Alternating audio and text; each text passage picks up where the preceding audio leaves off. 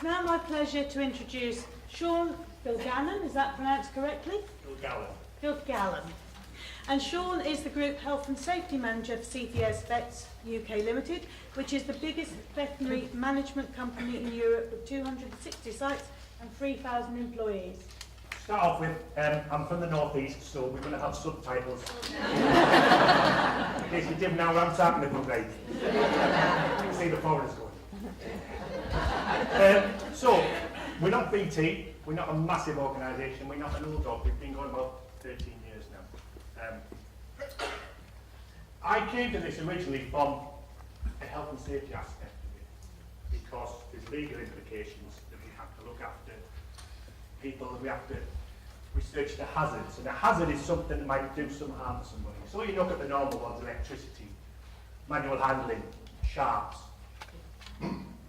But well-being and stress is as big a hazard in my mind as anything else, because it's hidden. You can't see what's going on. So when I first approached our exec about this, they were very dismissive of it. The veterinary profession, you may not know this, but it's the top of the list for suicides in this country. People think vets drive around in big Land Rovers, and some of them do, but the majority of them don't. It's the highest rate of suicides, twice as high as doctors and dentists, who are considered quite high anyway, 4 times more than the normal man in the street. So it was imperative we did something about this. I won't go into details about why it's the highest rate. It's a bit too complicated, and you probably haven't got enough time, but it is. We had a lot of issues with people. I just took a phone call earlier on this morning from one of our sites, and she said one of our vets last night was doing an operation, and she just happened to mention to the nurses how depressed she was, and when she has a scalpel in her hand, sometimes she wants to self-harm. Now that's not an everyday thing, obviously, but that's sort of an indication of the problems we have. We have people who self-harm. We've got drugs on the premises that might help them sleep at night and little things like that. So there's a lot of issues here. So we do the normal things. We've got a Bupa helpline. We do a lot of meetings locally to get people to talk about the problems. We do some positive attitude training for the managers. And then we thought we'd do something about the box. I spoke to a vet who did mindfulness. So myself and the HR director went to the Oxford Mindfulness Centre, where I met Mark Leonard over there, and ironically Marina wasn't even supposed to be here today. And we talked about the benefits. Now I'm an engineer, I was in the RAF for 24 years, and I thought, you know this WOS? Well, I didn't have stuff at the end, it was another word. And I thought, anyway, they did a little mindfulness session, but I think it was 10 minutes, and after we'd finished, I thought, my goodness me, how good's that? Went back to the exec, tried to sell it to them. So we had our HR director, we had the vets who did mindfulness, so I did it from the health and safety point of view, HR director did it for the benefits of retention and productivity, and the vet who done the mindfulness did the scientific bit, and the fluffy bit, as he liked to call it. Then the question came from the chief exec, how much is this going to cost? So all very good, Sean, talking about all these benefits, but how much is it going to cost? So we did some agreement with the Mindfulness Oxford Centre, Centre in Oxford, and we got a pilot project going.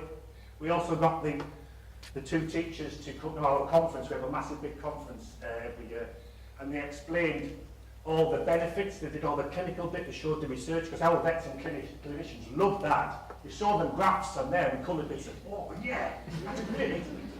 The MRI scans before and after with the brain, oh, we're having some of this. And then we did the raisins. If you've done the mindfulness, you know about the raisins. We didn't have enough rooms in the seats of the room for the people. They were all walking around. I didn't know I loved raisins. So we got the buy-in at the conference, and we did the pilot projects. We did one in the southwest, and we looked at the results, and they were amazing. Absolutely amazing.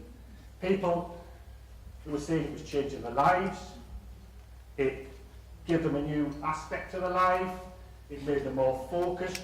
So we did another 6 or 8 around the country. I've done the course myself, but actually I'm doing an internship at the moment to become a mindfulness teacher myself because I got so passionate about it. I went home and I was like trying to tell everybody which parties my parties go. I even got my kids to have a go. My little kids, I've got 2 young kids, one's 13 and one's 10. So I got them to sit down and we did this. We just did the basic 3-minute breathing exercise. And after 3 minutes, my little son went, "You've just wasted 3 minutes of my life." I could have been watching Iron Man 3. So anyway, we've done all this because we've got a lot of feedback, and some of the feedback is our vets say they're focused totally now. They've got stuff going on in their lives, it's there and there, but when they consult or when they operate, they're there, focused totally. So they think they give a better service for the client. The animal is treated better in their mind. Our practice managers, our nurses all think they're totally focused when they need to be. Not everyone buys into this. Not everybody thinks it's the right thing for them. And we did have some dropout rates. But the success stories totally outweighed the negativity. We've had articles written in the veterinary press about this, because in the profession I say it's a massive, massive problem. I would love this to be part of the 5-year degree that the vets do. Any degree, actually, in any university. Because we've got graduates coming out with issues after 5-year degree. One of them said, the last few weeks they talk about the dangers of drugs in the profession. Half of us have been on them to get through the bloody course. So if they could do this in the first 6 months, that will help them through the course and then later on in life. And a lot of these become senior vets and managers, so it filtrates through the system. The exec, you've got to get a buy-in. You've got to get buy-in from the exec. You've got to, even if you lie to them about how good it's going to be. I don't really care. If I don't get the result. So we fooled them a little bit. And they've sort of keep producing the checks, so we're still doing it. So you need buy-in. You need to give them feedback. Even if you lie a bit to tell how good it is, because you want to keep it going. But we don't have to lie about everything because it's there. Our vets and nurses talk about how the ones that have really bought in and done it, they talk about how it's changed their lives at home and at work, how they're more productive, how they can offer a better service. And in the end, that's what we want as a company. But that's what you want for your people. We've got a moral, as well as the legal obligation of looking after people with all the problems, health and safety wise.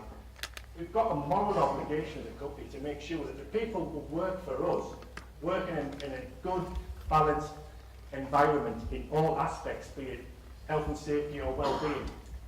I class them both together. I class myself as a health, safety and well-being manager. It all adds up to the same thing for me, looking after the people who work for us.